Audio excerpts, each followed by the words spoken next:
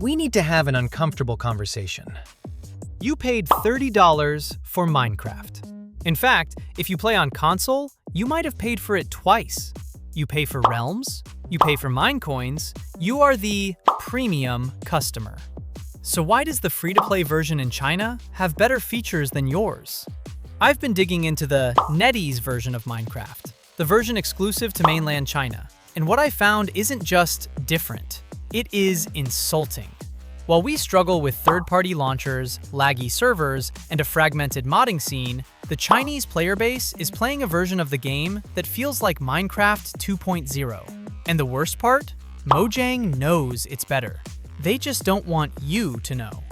Let's start with the barrier of entry. If you want to play modded Minecraft in the West, you need a PhD in file management. You need to download CurseForge, install Fabric, check version compatibility, and pray it doesn't crash. In China, it is built in. The NetEase launcher isn't just a play button, it is an entire ecosystem. You want mods? Click the Mod tab. You want shaders? Click the Shader tab. It handles the installation, the compatibility, and the updates instantly. It even has built-in cloud saves for your single-player worlds, a feature we have been begging for since 2010. They treated the launcher as a service. We got treated to a file folder. But the technical superiority gets worse when you look at multiplayer. In global Minecraft, if you want to play with a friend, you have two bad options. Buy a realm, or learn how to port forward your router, risk exposing your IP address. It is archaic. In China Edition, the friend system actually works. You see your friend online? You click join. That's it. No server IP, no payment, no hosting setup. They have a built-in LAN over internet system that mimics the old console experience. Mojang could give us this. They have the technology. But if they gave us free, easy multiplayer, who would buy realms?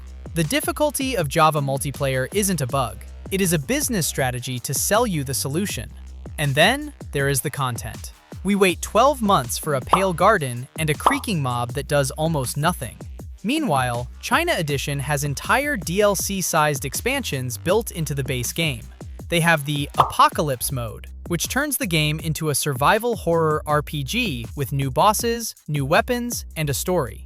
They have exclusive biomes, exclusive mobs like the golden monkey and the alligator. Some of this is paid DLC, sure, but a lot of it is developed specifically to keep the game fresh. While we get parody updates to make the grass color match, they are getting actual RPG mechanics.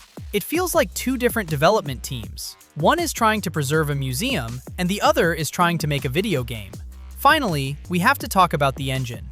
China Edition is primarily built on the C++ Bedrock engine, but it is heavily optimized for low-end hardware because most Chinese players are on mobile or older PCs. The result is a render distance that puts Java to shame. They have dynamic lighting optimizations that we need mods like Sodium or Optifine to achieve. The fact that the default experience in China runs smoother than the default experience on a $3,000 gaming PC in America is the ultimate irony. So, should we be jealous? Yes and no.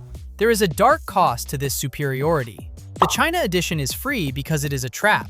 It is filled with microtransactions. It requires a government ID to play. The chat is heavily censored. You can't say certain words, you can't build certain symbols, and your playtime is restricted by the government. It is a gilded cage, a beautiful, polished, optimized prison. But it proves one thing. Mojang can make a better launcher. They can make better optimization. They can make multiplayer easy. They just choose not to do it for us, because we have already paid. We are the loyal customers, so we get the bare minimum. They are the potential customers, so they get the red carpet. So, the next time your game crashes because of a mod conflict, just remember, it's not a technical limitation, it's a business decision.